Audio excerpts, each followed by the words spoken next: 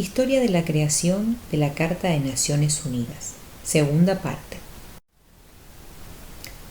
La Conferencia de San Francisco fue un encuentro internacional que se llevó a cabo en la ciudad que lleva este nombre, cuyo objetivo fue convocar a los estados interesados para la preparación de una carta que fijara la estructura y funcionamiento de la Organización de Naciones Unidas.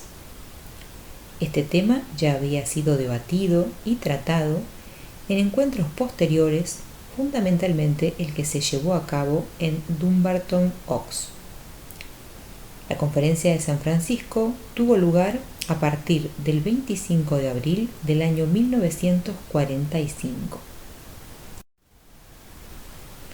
Pero 15 días antes aproximadamente había ocurrido un hecho que puso en riesgo que se llevara a cabo.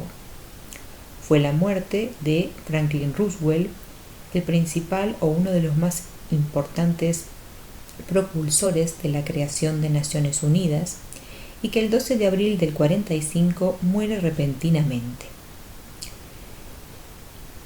Como consecuencia de este hecho, asume la presidencia de los Estados Unidos de Norteamérica el entonces vicepresidente Harry Truman, quien se encuentra en un dilema para decidir si llevará o no a cabo este encuentro internacional a tan pocos días del fallecimiento del presidente Roosevelt. Truman decide entonces seguir con los preparativos que ya estaban realizados y inaugurar la conferencia en el plazo señalado. La misma tiene lugar en la Ópera de San Francisco, el War Memorial Opera House, quien aloja a los representantes de los estados para dar inicio a esta conferencia.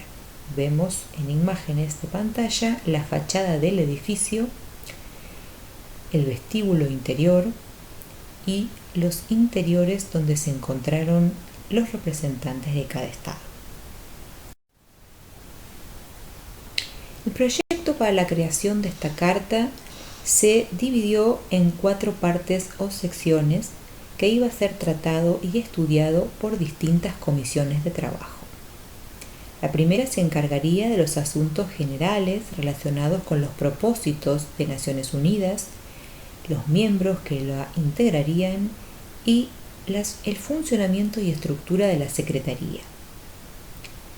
La segunda comisión trataría el tema de la Asamblea General, el principal órgano de representación y debate de este organismo. La tercera comisión trabajaría sobre el Consejo de Seguridad, el organismo más controvertido en cuanto a su funcionamiento y a los derechos de cada uno de sus miembros. Y la cuarta comisión trabajaría sobre el organismo judicial de Naciones Unidas, como es la Corte Internacional de Justicia. Vemos en imágenes algunos de los encuentros del trabajo en comisiones. Las comisiones estaban integradas por delegados de distintos estados, quienes no compartían las mismas costumbres, culturas, idiomas, por lo que representó un desafío logístico alojar a todas estas personas y lograr el trabajo coordinado en estas comisiones. Vemos también en las imágenes que la gran mayoría de los asistentes que representaban a los distintos países eran hombres. También había mujeres, pero en general la gran mayoría se trataba de personal de soporte administrativo, como lo eran las secretarias y traductoras.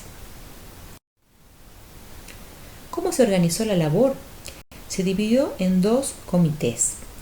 El primero, el comité de orientación, formado por 50 jefes de delegación de cada estado, y que trataba cuestiones de funcionamiento logístico de la conferencia relacionadas con la organización y los principios que la regirían, justamente para aunar criterios en base a todo esto que decíamos antes, ¿no? Las diferencias culturales, idiomáticas, que no se produjera ningún tipo de inconveniente producto del desconocimiento de las costumbres o las culturas de los asistentes.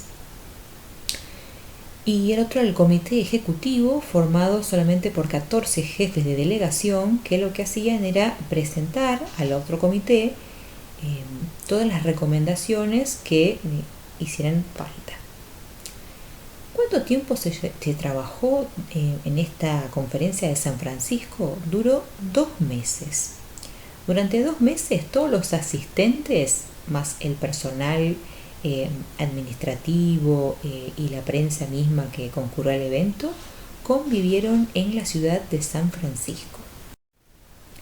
¿Dónde lo hicieron? Se alojaron en distintos lugares. Había fundamentalmente 3 hoteles donde se encontraba la mayoría, porque no daba abasto a que todos se alojaran en el mismo lugar, que eran el Mark Hopkins, el Whitcomb y The Fairmont. Esos eran los lugares donde se alojaban las delegaciones.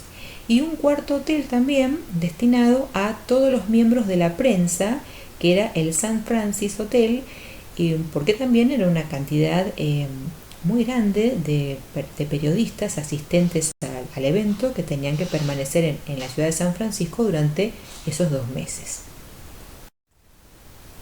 Algunos datos estadísticos de este encuentro, bueno, podemos ver que asistieron representantes de 50 naciones y que había 850 delegados. A todos esos delegados se le suman 3.500 asesores, colaboradores y secretarias, o sea, todo el personal administrativo y de soporte a los miembros de las distintas delegaciones. Recordemos nuevamente que si bien eran todas personas asistentes con un nivel académico elevado, de todas maneras, aunque hablaran inglés, muchas veces había términos muy específicos, muy puntuales, que era necesario el apoyo y el soporte, sobre todo del personal de traductores. Se dice que en este encuentro estaba representado el 80% de la población del mundo y que también hubo una alta asistencia de los miembros de la prensa, ya que había aproximadamente unos 2.500 que se encontraban alojados allí junto con los delegados. Por lo tanto, la logística de este encuentro tuvo mucha importancia. Vemos en las imágenes un operador de radio y las operadoras telefónicas, así que contactaban a los miembros de las delegaciones con las distintas llamadas internacionales que debían hacer a sus países de orígenes. Había aproximadamente unas 2.000 llamadas por hora que estas operadoras telefónicas debían conectar para poder realizarse. También desde lo operativo era todo un desafío el traslado de las personas, ya que no se encontraban todas alojadas en el mismo lugar, por lo que había micros destinados al transporte de los asistentes. Vemos en la imagen solamente aquellos destinados al transporte de las secretarias, que bueno, eran muchísimas personas.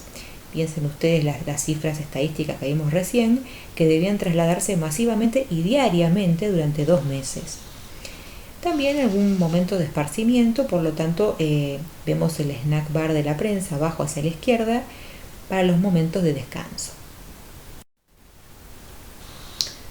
Bueno, como existía la convivencia diaria, se podrían presentar inconvenientes de salud o necesidades alimenticias específicas, por lo que había distintos sectores destinados a proveer las necesidades de los miembros: la cocina, puestos de información, una enfermería destinada a los asistentes, y arriba vemos la sala de mimeografía, una sección muy importante de esta conferencia porque era la encargada de realizar las copias de los documentos que diariamente se terminaban de trabajar en las comisiones, ¿sí? O sea, cuando se trabajaba diariamente en cada comisión, hablamos de las comisiones que dijimos antes divididas en 4, ¿sí?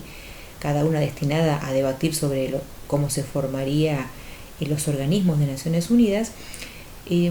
Se emitía un documento, pero ese documento debía ser traducido en los idiomas de cada uno de los países asistentes y crearse una copia para cada uno de los asistentes. Esa copia era elaborada por la sala de mimeografía de la conferencia.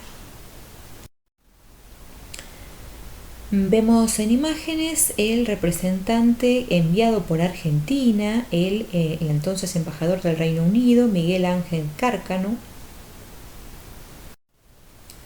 y imágenes de las recepciones que se realizaban también, ya que eran necesarios momentos de esparcimiento y de socialización de los miembros, dado la gran cantidad de tiempo que debían permanecer allí en trabajo continuo. ¿Sí? Algunas de las recepciones se llevaban a cabo siempre en los 3 hoteles que mencionamos anteriormente. También había momentos en los que se dedicaban al esparcimiento, los llevaban a hacer excursiones a distintos lugares representativos cercanos a la ciudad de San Francisco. Si vemos en la imagen una salida a un rancho, al Jack London Ranch, para lo que vendría a ser una parrillada o un asado, ¿no? El tour y barbacoa en Jack London Ranch. Bueno, finalmente llega la firma de la Carta de Naciones Unidas el 25 de junio de 1945. Vemos en la imagen la firma de Argentina por medio de nuestro representante, y esta carta entra en vigor recién en octubre. Si bien se firma en junio, alcanza a entrar en vigor el 24 de octubre de ese mismo año, de 1945, dando por finalizado un largo proceso que comenzó con encuentros bilaterales, internacionales, entre primeros mandatarios, jefes de Estado y de Gobierno, encuentros de delegaciones en distintas ciudades del mundo, y que termina entonces con la creación de este organismo luego de la firma de la Carta, que es el documento fundacional que le da vida a la misma. Vemos en imágenes la placa conmemorativa que se presenta el día 29 de abril para honrar la memoria de Franklin Roosevelt, que había fallecido poco antes del comienzo de esta conferencia de San Francisco, y que fue uno de los principales impulsores de la misma.